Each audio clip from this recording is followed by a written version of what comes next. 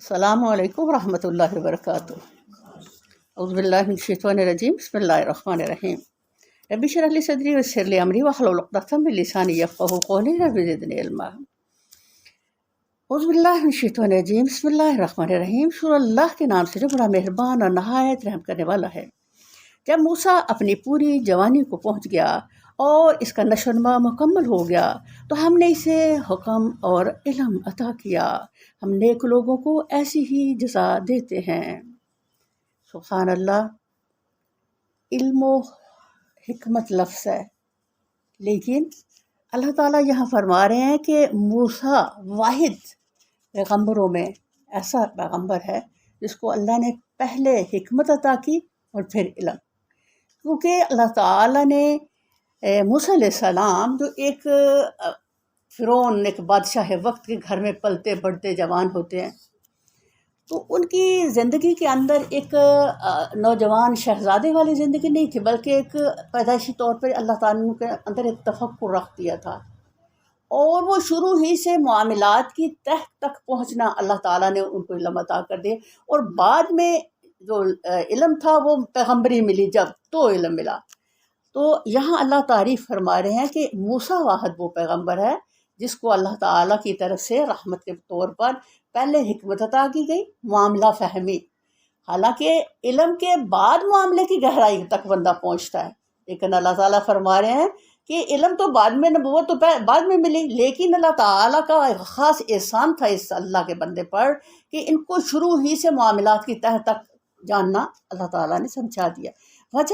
वजह ये है कि वो जब अपनी माँ के घर में होते हैं, दूध पीने जाते हैं, यहाँ सारी कहानी हम जानते हैं, तो उस वक़्त ही वो जान गए थे कि मेरा ताल्लुक़ जो है वो बनी इसराइल से है और ये जो उनसे फ़िरौनी है, मेरा इनसे ताल्लुक़ फैमिली वाला नहीं है। तो जब भी वो जवान होते हैं तो एक लावाली जवान के बजाय उनकी तबीयत के अंदर एक फ़िक्र थी ये कि उन बनी इसराइल जो मेरे मुतालिका मेरे फैमिली से हैं, उनके साथ जो जुल्म हो रहा है मुझे उनकी हेल्प करनी चाहिए। यहाँ उस वाक़े से बात शुरू हो रही है कि जो तफक्कुर और तदब्बुर उनके अंदर था और मामला फहमी थी, उसके अंदर जो उनको बनी इसराइल की फ़िक्र थी, उस ज़हन से वो एक ऐसे जवान की तरह नहीं थे जो एंजॉय करने वाला हो, बल्कि उनकी तबीयत में ये बात थी कि वो मेरी फैमिली के लोग हैं और उन पर ये जुल्म हो रहा है और मुझे उनकी कुछ हेल्प करनी है, मदद करनी है। तो यहाँ अल्लाह ताला बता रहे हैं कि ये देखो किस तरह से उनके अंदर हिकमत जैसी नेमत थी कि उन्होंने हर मामले को किस गहराई से जाना। सुभान अल्लाह। तो यहाँ उसी वाक़े का जिक्र हो रहा है कि जब वो फ़िक्र करते दोपहर के टाइम, वो इतना ज़्यादा ओवर बर्डन काम लेते बनी इसराइलियों से कि दोपहर को जब खुद रेस्ट करते तो उनको थोड़ा रेस्ट मिलता, वरना उसके बाद फुल टाइम उनसे काम लेते और ऊपर से उनको मारते भी। इस जुल्म पर बहुत परेशान रहते हज़रत मूसा, और उन्होंने सोचा कि मैं इनकी कैसे हेल्प करूं। जब वो उन्होंने ख्याल आया कि क्या टाइम होता है जब बिल्कुल साइलेंट हो, कोई बंदा ना हो, तो खामोशी होती है दोपहर के टाइम, रेस्ट के टाइम, उस वक्त मैं जाकर उनकी कोई मदद करके आया करूँगा। तो इस जहन से वो उधर से महल से निकलते हैं और आगे ये वो अल्लाह ताला वो वाक़या सुना रहे हैं। अल्लाह ताला इसके अंदर एक बड़ा बारीक बीनी से बड़ी खूबसूरत चीज़ हमें बताना जा रहे हैं, तो वो अभी इससे हमें खूबसूरत सबक लेते हैं। तो अल्लाह ताला फरमाते हैं, हम नेक लोगों को ऐसी ही जज़ा देते। कहते हैं, एक रोज़ वो शहर में ऐसे वक्त दाखिल हुआ जबकि अहले शहर गफलत में थे। वहाँ इसने देखा कि वो आदमी, दो आदमी लड़ रहे हैं, एक इसकी अपनी कौम का था और दूसरे इसकी दुश्मन कौम से ताल्लुक़ रखता था। इसकी कौम के आदमी ने दुश्मन कौम वाले के खिलाफ उसे मदद के लिए पुकारा। मूसा ने इसको एक घोंसा मारा और इसका काम तमाम कर दिया। ये हरकत सरजद होते ही मूसा ने कहा, ये शैतान की कार्रवाई है, वो सख्त दुश्मन और खुला गुमराह कुन है। सुभान अल्लाह। ये है हमारे लिए यहाँ पैगाम। हिकमत क्या थी? एक जब वो देखते हैं दो को लड़ते हुए तो दिमाग में क्या था, वो हेल्प के लिए जा रहे थे बनी इसराइल की, तो देखा कि वो दो लड़ रहे, तो दिमाग में यही था कि ये जो फ़िरौनी है ये जुल्म कर रहा है। बजाय किसी इन्वेस्टिगेशन करने के बात को, उनको दोनों के दरमियान मामले को जानने के, उन्होंने उसी जहन के साथ कि इन पर जुल्म ही होता है बनी इसराइल पर, तो ये भी जुल्म ही हो रहा होगा। तो इतने जर्री जवान थे मूसा अलैहिस्सलाम। हम जब जन्नत में जाएंगे तो इंशाअल्लाह मूसा को देखेंगे कि एक मुक्के से बंदे का मार जाना बहुत बड़ी बात है। वो एक थप्पड़ ही मारते तो बंदा मर जाता है, اس پر اتنی حیرت کا اظہار کرتے ہیں، اور یہ نہیں انہوں نے سوچا کہ کیا ہوا بھائی، وہ روز ہمارے بندوں کو مارتے ہیں اور وہ ان کے بیٹوں کو قتل کرتے رہے ہیں اور بیٹیوں کو چھوڑتے رہے ہیں، تو کیا ہوا میں نے ایک بندہ مار دیا، ایسا نہیں ہوا۔ یہ ہمارے لیے بڑا خوبصورت پیغام ہے۔ قرآن عظیم کے اندر موسیٰ علیہ السلام کی زندگی ایز اے استاد اللہ نے ہمارے لیے رکھی ہے، ہم ہر ان کی دعا سے فائدہ اٹھاتے ہیں۔ ان کی پوری زندگی جو پریکٹیکل لائف تھا اس میں ہمارے لیے بڑی عظیم سبق ہے۔ یہاں اللہ تعالیٰ یہ سبق دے رہے ہیں، اگر تم سے غلطی ہو جائے، پہلی تو یہ بات، کبھی بھی کسی پہ زیادتی نہ کرو انویسٹیگیشن کیے بغیر کہ قصور کس کا ہے۔ بھائی ہو سکتا ہے وہ دو لڑ رہے تھے، ان میں سے قصور بنی اسرائیل کا ہو سکتا تھا، لیکن انہوں نے جو مارنے کے بعد ان کو ایک دم سے خیال آیا کہ مجھ سے یہ غلطی ہے، اور ایسی حرکتیں تو شیطان کروایا کرتا ہے۔ یہ شیطان کی حرکت ہے کہ بغیر کسی کام کو جانے، اس کی گہرائی کو سمجھے ہی میں نے بندے کو مار ڈالا ہے۔ اللہ اکبر کبیرہ۔ یہاں کیا پتہ چلتا ہے کہ ہم لوگوں کو کبھی بھی کسی چیز کی تحقیق کیے بغیر کسی کی حمایت نہیں کرنی، وہ میری فیملی کا ہو یا میرے دشمن کا ہو۔ تو اللہ تعالیٰ یہ یہاں ہمیں پیغام دے رہے ہیں اور سمجھانا چاہ رہے ہیں کہ کیونکہ یہ اول تو لڑائی شیطان کی طرف ہے، پھر اس کے بعد آگے جو غلط فیصلے ہیں وہ بھی شیطان کی طرف سے۔ تو اللہ تعالیٰ یہاں بتاتے ہیں کہ اتنا خوبصورت احساس حکمت کے طور پر موسیٰ کو آیا، اور انہوں نے فوراً جان لیا کہ یہ جو مجھ سے بندہ مرا ہے یہ شیطان کی وجہ سے ہوا ہے ایسا۔ پھر وہ کہنے لگا، اے میرے رب، میں نے اپنے نفس پر ظلم کر ڈالا، میری مغفرت فرما دے۔ یہ پیغام دوسرا ہے، جب بھی آپ سے کوئی غلطی ہو جائے تو کیا کرنا ہے؟ فوراً اللہ کی طرف رجوع کرنا ہے، اپنی غلطی کو تسلیم کرنا۔ یہ ہے عظمت، یہ ہے حکمت۔ یہ نہیں کہ بدل ٹھونس دیتا ہے ایسے ہی دوست سے مات تک، نہیں جی نہیں، میرے سے غلطی نہیں ہوئی، اس سے فلانے سے ہوئی ہے۔ تو یہ اللہ تعالیٰ اتنا پیارا پیغام ہمیں دے رہے ہیں، جب بھی اول تو احساس گناہ ایک خوبصورت نعمت ہے، وہ ہمارے اندر بہت ہونا چاہیے۔ دوسرا یہ تسلیم کر لینا اور فوراً رجوع اللہ کرنا۔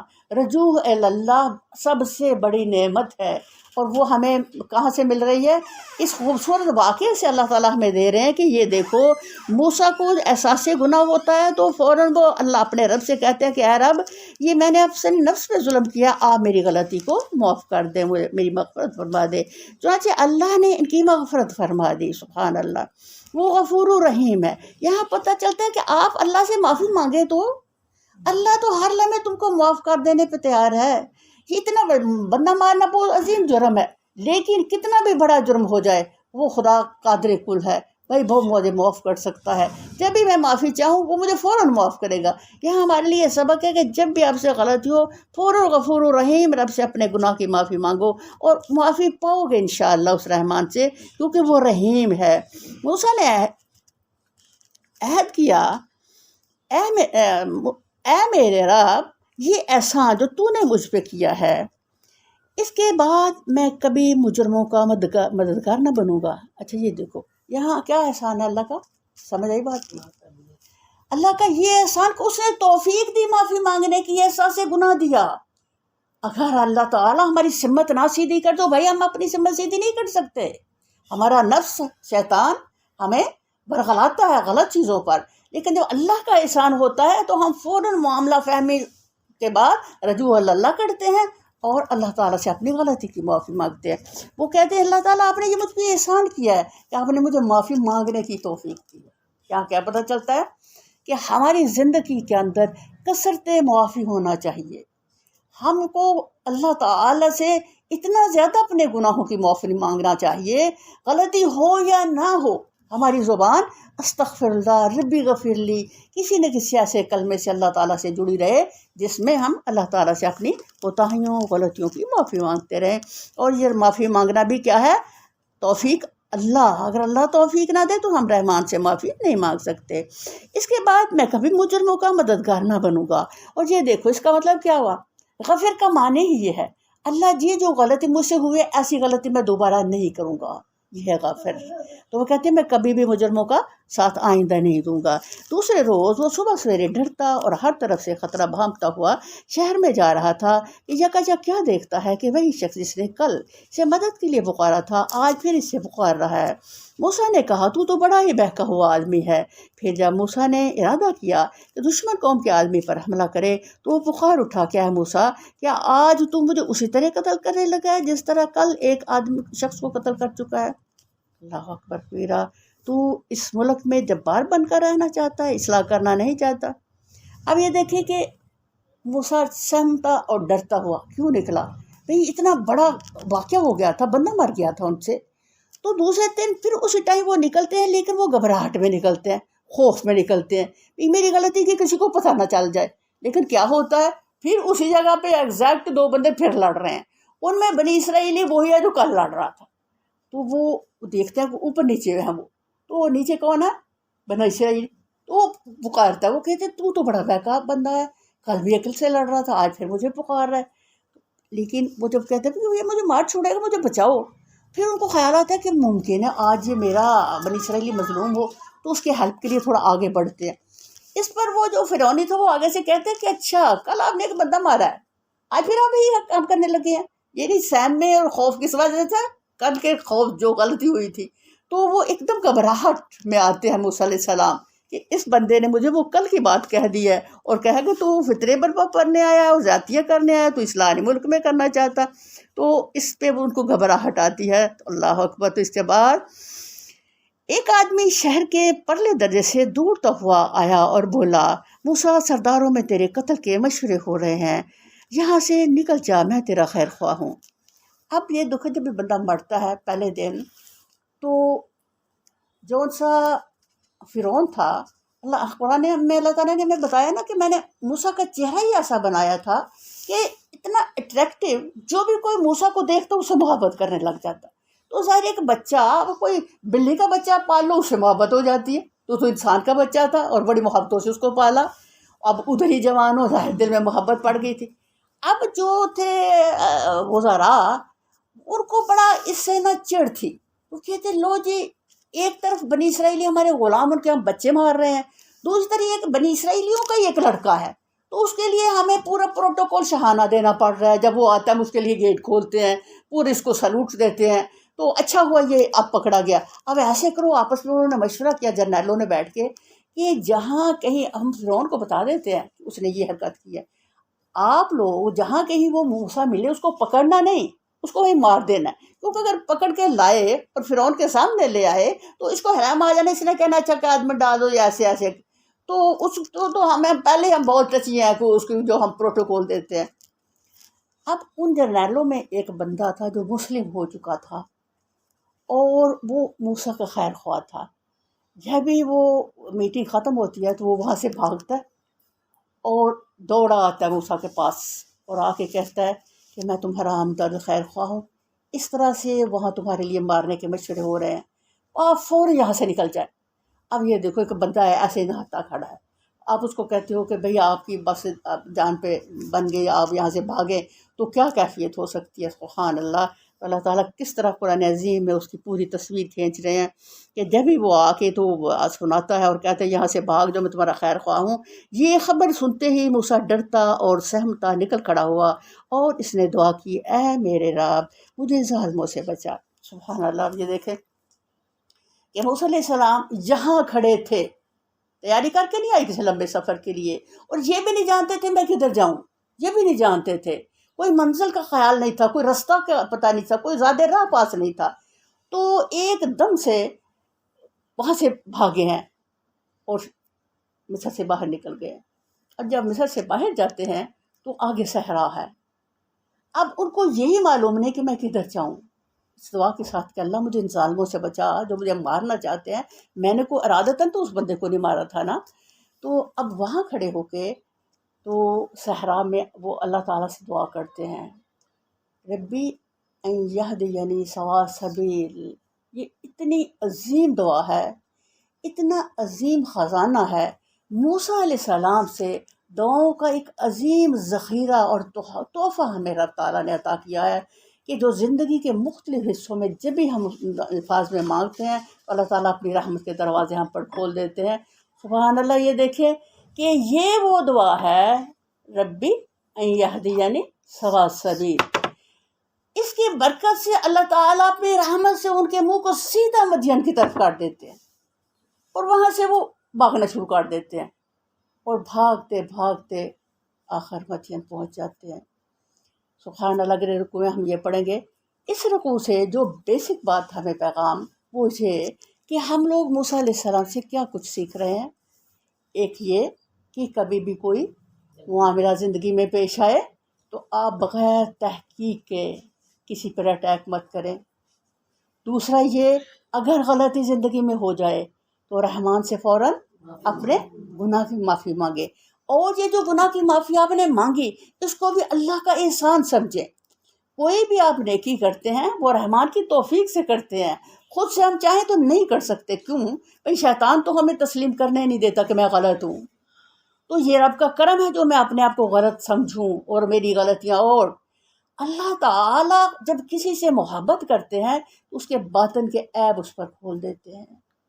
جب ہم اپنا محاسبہ کریں اور مجھے یہ پتہ چلے کہ میرے اندر یہ کمزوریاں ہیں اور ان کو میں تسلیم کر کے اس کی اصلاح شروع کر دوں، تو یہ کیا ہوگا؟